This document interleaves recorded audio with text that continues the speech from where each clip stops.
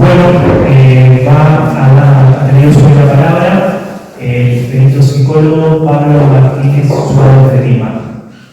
Bienvenido, Pablo. Hola, ¿qué tal? Buenas tardes para todos. En primer lugar, muchísimas gracias por la invitación, Alianza Cesana, y un verdadero placer estar en la presentación en la presentación del libro de Miyazaki, al libro que tengo y al que adhiero totalmente en cuanto a toda su argumentación. Negar la alienación parental, yo siempre digo que era tapar el sol con la mano. Quizás a futuro se pueda modificar, y es una cuestión solo semántica, la palabra alienación por acondicionamiento o directamente por manipulación parental. Yo hace 10 años que soy perito psicólogo y trabajo principalmente en causas de abuso sexual infantil, generalmente por la defensa. Un 95% de las veces es por la defensa, y ahí cuando veo totalmente el sesgo que opera en los peritos o los peritos oficiales. Es un sesgo donde se parte de la base de que todo denunciado es abusador y que toda presunta víctima es víctima. Y esto ocurre, y acá me meto ya en lo que tiene que ver directamente con la psicología, por algo que yo lo planteé también en el libro que escribí este año para peritos psicólogos de parte, que tenemos una gran carencia en la psicología forense. Me refiero a deficiencias que existen y que operan permanentemente de forma oficial. Una de ellas, que es fundamental y clave, es que los peritos o las peritos oficiales no leen el expediente antes de hacer una pericia. Esto es gravísimo, porque no hacer una pericia, o mejor dicho, hacer la pericia sin leer el expediente, es como hacer una pericia a ciegas. El leer el expediente es tener conocimiento, es tener información para poder dirigir la entrevista y, en consecuencia, utilizar las técnicas. Pero no leen el expediente. Entonces ya parten de una creencia, ¿no? La creencia de la que dice la carátula, ¿no? Fulano sobre abuso sexual, cuando debería ser, por ejemplo, fulano sobre averiguación de abuso sexual o de presunto abuso sexual. Pero ya las carátulas también son lapidarias y muchas veces con eso se instala el centro. De forma estatal tenemos, por ejemplo, un centro de atención a la víctima. Yo siempre digo lo mismo, ¿por qué no un centro de atención al denunciante? ¿No? La víctima se constituye en víctima con pruebas. Entonces tendría que ser un centro de atención al denunciante, recibido como corresponde, escuchado como corresponde, con los protocolos que corresponden, y después se verán las pruebas si transforman a ese denunciante en una víctima o no. Además, en la psicología forense tenemos otra gran deficiencia que tiene que ver con las técnicas propiamente que se utilizan. Por lo general suele ser la entrevista con los clásicos dibujos de las técnicas proyectivas, de las cuales, señores, ya no deberían utilizarse más, no porque yo lo diga, sino porque lo dice, por ejemplo, la Corte Suprema de Alemania, que en el año 99 decretó que no se debían usar ya más dibujos ni interpretar juegos, como se siguen haciendo permanentemente en las pericias. ¿Por qué? Porque los juegos, los dibujos y los juegos tienen que ver con lo simbólico y no con lo fáctico. Entonces se le da una entidad fáctica a lo simbólico, y eso debe quedar relegado solo a la clínica asistencial, a los psicólogos que trabajan como psicoterapeutas, pero que tienen que tenerlo bien claro, porque muchas veces también los psicólogos que trabajan de forma como psicoterapeutas hacen informes lapidarios pedidos por la parte que los contrata y son totalmente sesgados. Muchas veces aseveran abusos cuando no correspondería. Otra gran deficiencia que ustedes pueden encontrar si rastrean por internet es que se ofrecen cursos sobre técnicas proyectivas para diagnosticar el abuso sexual infantil, cosa que es un disparate. ¿Por qué es un disparate? Porque el abuso sexual infantil no es un cuadro clínico, entonces no se puede diagnosticar. El abuso sexual infantil es un delito, pertenece al orden jurídico, no del psicológico. Sin embargo, esto se enseña, se mal enseña, y hay colegas que lo vienen repitiendo. En conclusión, tenemos una psicología forense deficiente que viene de una formación deficiente, que yo siempre insisto,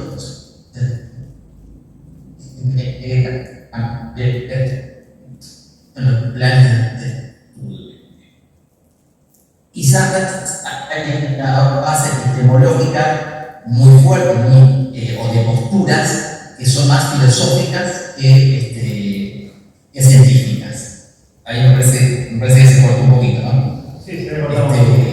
Pero básicamente esto es lo que les decía, que bueno, que la base de nuestra psicología suele ser el psicoanálisis como institución, el cual no tiene tampoco el rigor científico suficiente. Esto no es dicho por mí, ¿verdad? Si ustedes lo indagan, incluso si escuchan al que decía nuestro epistemólogo argentino Mario Bunge, que siempre habló respecto del psicoanálisis, que no era una ciencia, y que sí es muy importante que en la psicología forense hablemos de ciencia, porque si ustedes le preguntan a los peritos oficiales por lo general cuál es el principal rol del psicólogo forense, les aseguro que no lo saben.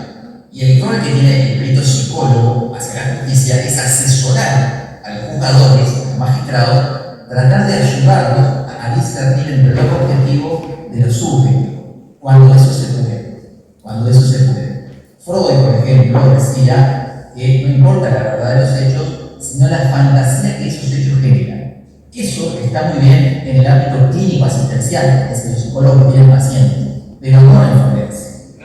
Porque en forense sí importa la realidad de los hechos, que no la puede determinar el psicólogo forense, pero insisto, eso es lo que tiene que ayudar a los magistrados, intentar objetivar lo que se puede objetivar. Tiene que tratar de ser lo más científico dentro de lo que es lo que le permite la ciencia humana, la psicología, ¿no? Que no es exacta, pero sí se pueden objetivar en las cosas. Tenemos una distancia muy grande con España en cuanto a lo avanzado que está España, por ejemplo, que desarrolla la psicología del testimonio, y aquí casi ni se conoce la psicología del testimonio. Yo doy gracias al respecto de la psicología del testimonio en la Universidad de Paraguay. Existe una formación muy marginal, pero es fundamental la psicología del testimonio justamente para poder analizar lo que ocurre en una cámara Gesell. Hay que entender que lo que surge en la cámara Gesell no es exactamente una prueba, sino una evidencia, y hay que entender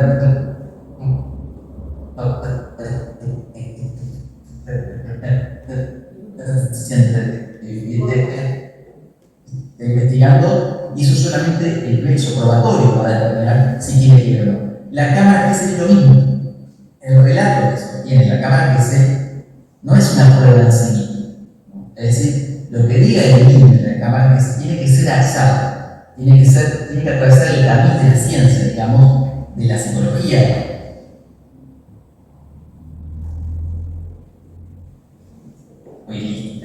Pero esto no es lo que ocurre día a día. Lo que ocurre día a día es que el niño dice A, y cuando dice A, hay dudas de que es A. En el mito de que el niño no miente, por ejemplo, cuando en realidad los niños sabemos que mienten a partir de los 3 años. No estoy diciendo que siempre mientan los niños. Por lo general, lo que ocurre en cámara Gesell, lo que ellos dicen es algo de lo que están convencidos, por lo tanto no sería una mentira. Pero es una creación, es una co-construcción o una memoria implantada en muchos casos, ¿verdad? Por supuesto que yo no estoy diciendo que los abusos no existen, los abusos existen. Lo que estoy diciendo es que toman todos los casos como si fuesen abusos. Ese es el seco que ocurre día a día y que no existen técnicas, o no utilizan, mejor dicho, técnicas, porque sí existen, como insisto, en la psicología del testimonio tiene una metodología que se llama análisis de la validez de la declaración, que se conoce con las siglas SBA, muy conocido en España, muy conocido en Estados Unidos, conocido en Chile, pero nosotros no. Acá hay como una gran ignorancia que hay en cuanto a la psicología del testimonio, y la explicación que yo encuentro es el basamento epistemológico, ¿no? Una vez más, el psicoanálisis como herramienta para evaluar y no la ciencia cognitiva más científica de la psicología. Esto es algo que yo quería volcar, que quería aportar y que va totalmente alineado a lo que expresa Mizrahi en su libro. No se puede negar las memorias implantadas, no se pueden negar los estudios científicos de Elizabeth Loftus, que es una experta en memoria. Ustedes fíjense que lo que dice el niño en cámara Gesell, que es una declaración, no es una pericia, como lo confundan muchas veces, es una declaración. Toda declaración es en realidad un ejercicio de memoria. Es decir, que cuando vamos a analizar la declaración, estamos analizando la memoria de un sujeto. Y la memoria de un sujeto, entonces ahora entiende que no es no reproduce los hechos fácticos. Y lo que dice mucho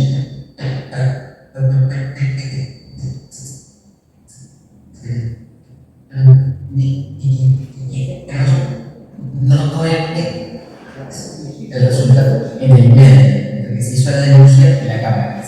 Por eso, ahí se ve un poco. Explicaba que la cámara GESE tiene que tomarse inmediatamente, lo más cercano a la denuncia. Y digo la denuncia, no a los hechos, porque nunca sabemos si los hechos ocurrieron, es decir, a la denuncia. Esto no es lo que ocurre tampoco día a día. Las cámaras GESE a veces se toman con distancias, a veces de años. Entonces, fíjense ustedes el tiempo que pasa entre la denuncia y la cámara GESE, todo lo que aprendió ese niño, no solamente lo que dijeron, sino lo que aprendió simplemente por estar en un entorno y que después reproduce en la cámara GESE, y lo toman en cámara GESE como si eso fuese la verdad. Entonces, cuidado con esto. La cámara GESE es muy útil, pero está mal usada. ¿Por qué? Porque no se sabe analizar científicamente lo que dicen los niños.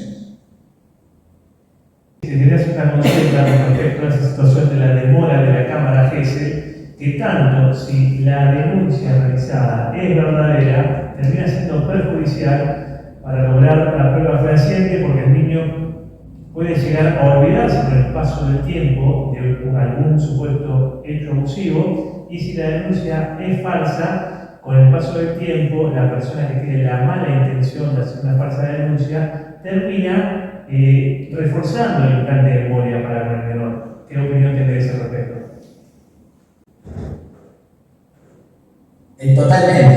Totalmente, eso es así. El paso del tiempo perjudica la investigación y los resultados que se obtengan en la cámara GESE. Como vos decís, favorece a la denuncia falsa y perjudica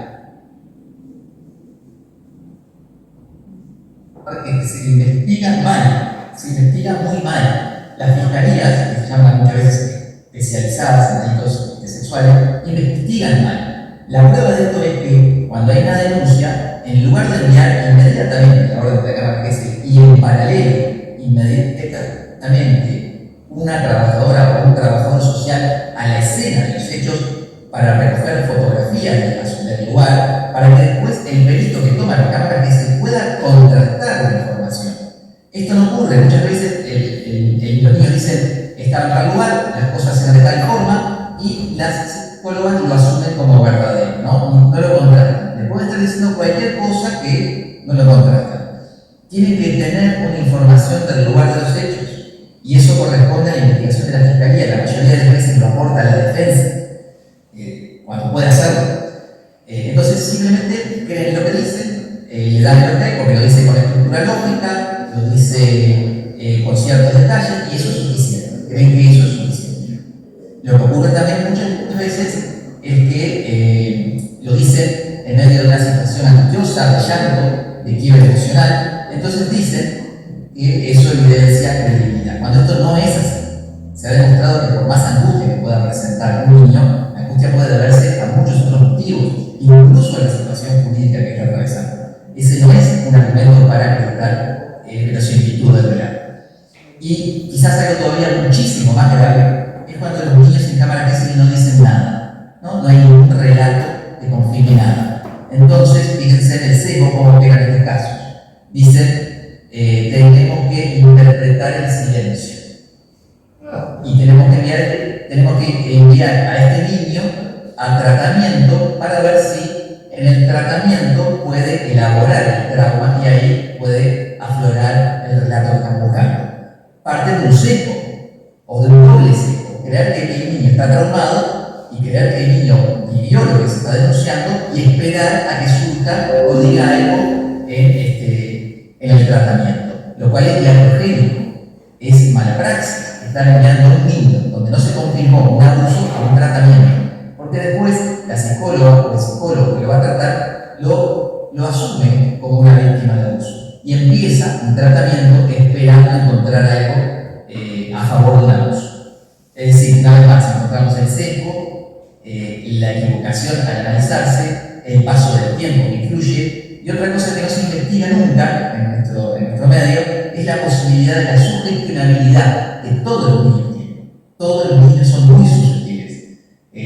Cuanto más chicos, aún con más razón. Fíjense ustedes el desconocimiento que existe a nivel de la psicología, que muchas veces piden la cámara GESEL a un niño de 3 años para ver algo que ocurrió el año pasado, el año anterior, es decir, cuando tenía 2 años. Desconociendo totalmente el funcionamiento de la memoria. Los niños de 3 años hacia abajo no tienen memoria, porque no tienen lenguaje, no tienen un lenguaje desarrollado, entonces no pueden codificar. Es imposible que puedan recordar. Y sin embargo, intentan preguntarle, intentan interpretar. Lo que más hacen es interpretar. Existe un vicio en la interpretación, en lugar de la constatación de hechos de la conducta, ¿verdad? Muchos casos son en realidad, no se puede decir ni una cosa ni la otra. Eso es otra cosa que también hay que tener en cuenta. Hay casos donde no hay elementos para inclinarse por una cosa o por otra. Y esto también es importante que se le comunique a los magistrados. Que desde la ciencia psicológica no hay elementos para inclinarnos ni por una cosa ni por la otra. Que sigan investigando, pero por otras fuentes. Lo contextual es fundamental. Y de eso hace referencia también Rangel. Entonces no nos podemos quedar simplemente con un relato o una evidencia psicológica, sino lo contextual, la historia del paro. Como les venía diciendo, el tema de esta interpretación que hacen de los silencios, el tema de que no se indaga sobre la sugestionabilidad. Además de todo esto, a mí me gustaría agregar de que existen colegas que trabajan también siempre dentro de lo pericial oficial, o muchas veces también como psicoterapeutas, que después de que el doctor Eduardo Cárdenas en el año 2000 escribió un excelente artículo que se llama El abuso de las denuncias de abuso, donde marcaba todos estos detalles que yo estoy mencionando ahora, marcaba cómo en salud mental no hay un nivel suficientemente como corresponde para poder evaluar a los chicos. El doctor fue inmediatamente atacado por colegas, y ahí surge lo que ustedes quizás ya han escuchado mencionar como backlash, ¿no? Este término en inglés que significa como reacción o latigazo, es decir, de algunas colegas que se sienten atacados, ya sea por padres denunciados o por otros abogados, y los denuncian, ¿verdad? Y se creó la idea de que todo padre que denunciaba, o todo abogado que denunciaba esto, era un defensor de pedófilos, ¿no? Algo totalmente ridículo que se ha venido sosteniendo con esto del backlash, pero que si ustedes lo analizan, este backlash nunca identifica a nadie en particular, ¿no? Entonces, uno piensa, si a mí me atacan porque por algún motivo piensan que hice algo mal, yo ¿qué tengo que hacer? Hacer la denuncia en el fuero penal, que corresponde. Esto nunca lo hace, y nunca se identifican esos supuestos pedófilos. Es decir, esa idea del backlash es en realidad un mito que reproducen muchos colegas y a veces mal asesorados. Y además existe un juez que habla, por ejemplo, habla respecto del backlash y habla, por ejemplo, en contra de Gardner, el creador de la alienación parental, y les enseña a colegas de que Gardner era un pedófilo, que defendía pedófilos, y muchos otros colegas que nunca leyeron a Gardner lo repiten, esto se multiplica, de que Gardner era un pedófilo, defensor de pedófilos. Sin embargo, sabemos que Gardner, quien pueda investigar, jamás tuvo ni siquiera una denuncia, jamás fue condenado por eso. Pero estas mentiras, estas calumnias, se reproducen de tal forma que dicen que se suicidó por ser un pedófilo, cuando no se suicidó se suicidó porque tiene una enfermedad terminal. Este desconocimiento muchas veces se toma como una verdad desde un lugar, ¿no? Al punto de que podemos decir que hasta en esto de la psicología existe una grieta, ¿no? Donde quizás quienes piensan como yo seamos los digamos, pero que es muy importante traslucir, es muy importante que esto se sepa, es muy importante la resistencia que existe a este nivel el sesgo que opera, y el tratar de explicar a los magistrados esto, de que lo que se obtiene en cámara GESEL no es una prueba, más allá de que se tome como un adelantamiento de prueba, ¿verdad? Es una evidencia que tiene que ser analizada siempre en su contexto. Esto es lo que yo tenía para comunicar, y me gustaría si tienen alguna pregunta, respondemos. pero básicamente no se puede negar la alimentación vaginal, es algo que vemos día a día.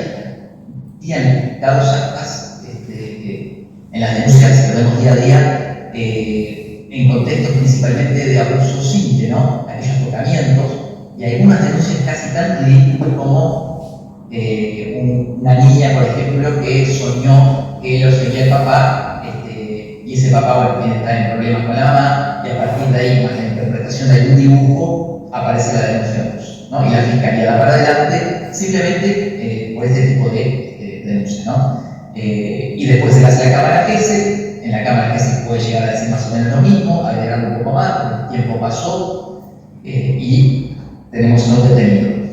Y como decíamos hoy más temprano, hay dos, las víctimas de ahí son dos, quien está denunciado por el abuso y esa niña o ese niño al que se le genera una falsa biografía, una falsa memoria, la idea de que tiene un familiar que lo abusó, ¿no? O sea que el daño es doble.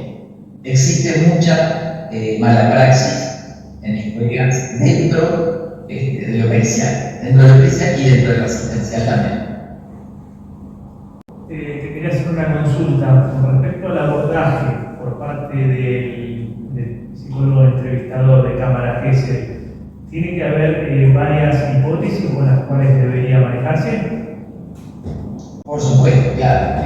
Sí, tu pregunta es excelente. De hecho, yo decía que existe una metodología dentro de la psicología del testimonio, y esa metodología tiene marcadas 5 hipótesis, donde es muy difícil que un caso no caiga dentro de esas hipótesis. Por supuesto que la hipótesis 0 es la posibilidad del abuso, la relación que se descarga, pero después existen otras hipótesis, como por ejemplo que el abuso haya existido pero que sea otro el perpetrador, que el abuso haya existido por consecuencias de un problema psicológico del niño, que la denuncia sea falsa porque terceros influyeron en el niño para que dé un relato falso, ¿no? Esto sería el acto de la falsa denuncia.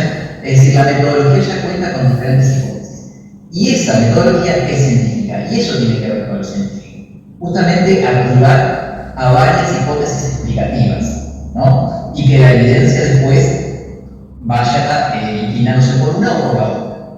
Eso es lo que debería hacerse, pero no se hace, nunca se hace. Serían 3 las hipótesis en principio en una denuncia de abuso sexual. El hecho ocurrió, el hecho no ocurrió, o desde lo psicológico no podemos encontrar evidencias ni para una cosa ni para la otra. Esa es otra posibilidad que también hay que contemplar. Claro, y una consulta también me viene en mente cuando la parte oficial de Fiscalía, luego de la cámara GESEL, es habitual que realicen estos análisis de validez del testimonio del relato del niño, o puede ser que sean reticentes a realizarlo, puede ser que no estén preparados para hacerlo de la manera correcta. Bueno, en el único lugar que yo sé que lo hace, y miren que yo trabajo como perito de parte desde Junín hasta Bahía Blanca, de Mar del Plata, Azul, el Boluno, en muchos departamentos judiciales he visto muchísimas cámaras GESEL, también en Nación, y también en otras provincias como Santa Fe y La Pampa. En el único lugar donde yo sé que hacen un análisis del relato desde los parámetros de la psicología del testimonio, y así lo ponen en sus informes, es el Ministerio Público Tutelar de la Nación. Es el único lugar, que es para mí el mejor lugar que tenemos donde se hace la cámara GESEL, con la tecnología que corresponde y con este análisis posterior. Incluso se hacen las pericias psicológicas en el mismo día, ¿verdad? Cosa que es correcta, para no dejar pasar el tiempo. Salvo que el niño tenga cansancio por algún motivo, no se puede hacer el mismo día. Pero ya está pautado hacer la cámara GESEL y tomar las pericias psicológicas como corresponde. En el resto de los departamentos judiciales de la provincia de Buenos Aires no se hace un análisis del relato. Se toma el relato, lo escucha el fiscal, lo escucha los jueces y ellos deciden con su criterio.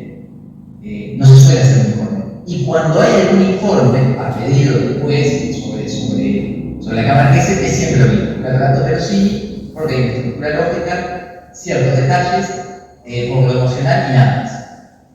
Nunca existe un análisis profundo con la metodología del testimonio. Hay quienes se niegan, colegas, psicólogos, psicólogas, que se niegan a analizar las cámaras GESEL porque dicen que eso no les corresponde. Eso les corresponde a la Fiscalía y no a ellos, que no están para analizar declaraciones. Eso es desconocer la psicología forense, que es lo que están supuestamente haciendo ellos, psicología forense.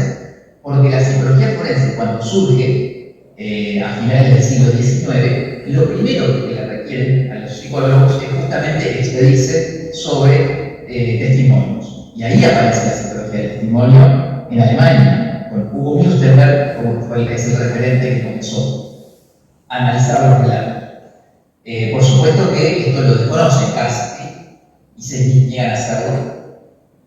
Pienso yo que tiene que ver que es, vuelvo a lo epistemológico, la base de la psicología del testimonio es científica, es cognitiva, es experimental, y aquí existe como una negación por lo científico. Lamentablemente es así, existe una negación por todo lo que sea científico. Y esto en general en nuestro contexto actual. Ahora existe lo que es impera el subjetivismo en contra del objetivismo, ¿no? Ahora importa cómo uno se percibe, pero no importa cómo podemos hacer para objetivar las cosas, ¿no? No importa la experimentación, por eso no se vale hacer conceptos, sino que lo que el sujeto siente, ¿no? Incluso por encima a veces de los exámenes médicos. Se hace una cámara GESEL donde dice determinadas cosas del niño, que puede estar hablando de acceso carnal, pero no quieren hacer el examen médico porque es revictimizar al niño. Es decir, anulamos totalmente lo objetivo por lo subjetivo. Estamos en el otro polo de la época de Freud, donde era todo lo contrario, ¿no? Imperaba la razón, lo objetivo, el positivismo, y se despreciaba lo subjetivo. Bueno, nosotros estamos viviendo el otro polo, ¿no? No hay una moderación, ¿no? Es todo lo que nos parece, es todo lo que uno siente, es lo subjetivo y el objetivo lo andamos. Hay muchas situaciones en las cuales la justicia y el común de la gente descansa diciendo que si la cámara GESEL, la entrevista la realiza un psicólogo, significa una persona que está capacitada para llevarla a cabo. Pero puede ser que tenga que tener también el protocolo de abordaje de cámara GESEL, porque incluso lo podría llevar a cabo un mismo abogado también. Sería más pertinente que la realice un abogado a que la realice un psicólogo, si tiene el protocolo de cámara GESEL el abogado. ¿Qué opinión te merece? Es así, a ver, quien debe tomar la cámara GESEL tendría que ser una psicóloga o un psicólogo, pero capacitado. Ahora tenemos que pensar, ¿capacitado en qué? Bueno, cuando comenzó la cámara GESEL se pensaba que tenía que ser un psicólogo o una psicóloga capacitada en niños, en niñez. Cosa que es coherente, ¿verdad? Pensar eso. Pero no es suficiente, ¿no? Y esto ocurre día a día también. Muchas psicólogas que dicen, yo hace 20, 30 años que trabajo en niños. Pero esto no es suficiente, insisto. El conocimiento que debería requerirse, insisto, es el de la psicología del testimonio. Esa es la deficiencia que estamos teniendo. Y así lo opinaba, por ejemplo, Norma Mioto, que era la directora del Cuerpo Médico Forense de la Nación. Ella decía, tienen que estar formados en psicología del testimonio. Había muy poquitas psicólogas. Más, yo me pude formar una de ellas en el año 2010, y a partir de ahí la extranjera, ¿no? Y cursos por fuera. Pero el resto, quienes están tomando la cámara GESEL no están capacitados. Toman una entrevista como que puede tomar cualquiera casi, ¿no? Y lo dejan que decida el juez o el fiscal. Entonces falta eso, falta capacitación. Y después se crea el mito de que lo que se dice en cámara GESEL está bien analizado. Ustedes lo ven en medio. A veces en causas resonantes lo dicen. Los niños van a ser enfrentados en cámara GESEL, ya fueron enfrentados en cámara GESEL, diciendo ahora ya sabemos la verdad, ¿no? Como si fuese un recinto mágico de la cámara GESEL, ¿no? Que por hablar ahí ya sabemos la verdad. Cuando no es así, es una declaración más que está mal izquizada. Tiene que tener protocolo, tiene que tener por lo menos 3 protocolos.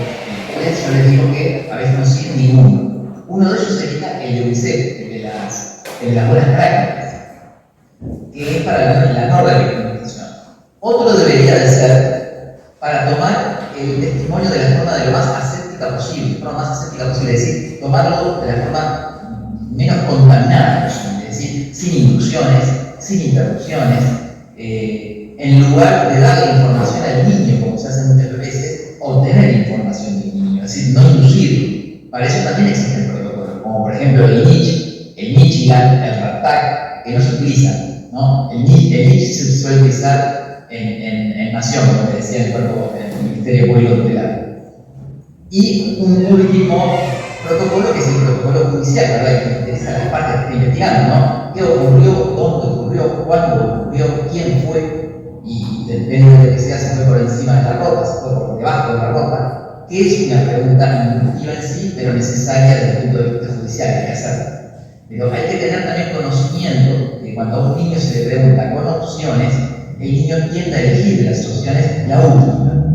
Ese es el efecto de recedencia que se le dice. La última opción que es el niño, ¿no? Entonces cuando se le dice, ¿te tocó por arriba o por debajo de la ropa? A veces dicen por debajo de la ropa, no porque eso haya ocurrido, sino porque es la última opción que se le está dando al niño, ¿no? Entonces, es un detalle también a tener muy en cuenta esto de la recedencia, porque no lo hace solo con esa pregunta, sino con muchas preguntas. Después me dicen que me inducen. Yo les hago los informes de incidencia y criticándoles los múltiples errores que cometen. Y uno de ellos es ese, le preguntan con opción. ¿Dónde estabas vos? ¿En el patio? ¿En el cuarto? ¿En la cocina? No, eso no es una pregunta. ¿Dónde estabas? Simplemente. ¿Era de día o era de noche? No, tampoco. Opción. No hay que dar las opciones. Estas cosas que parecen obvias, todos los días ocurren en las cámaras que están permanentemente tomando su día a día. Sí, muy claro todo lo que has comentado. La verdad estamos acá con la consejera María Rodríguez, el ex juez Mauricio Micraji, el abogado Juan Santiago Alonso y las personas que están presenciando. Como para ir cerrando, te quería hacer una última consulta con respecto a la... Bueno, gracias por su lado. Vamos a darle un fuerte aplauso.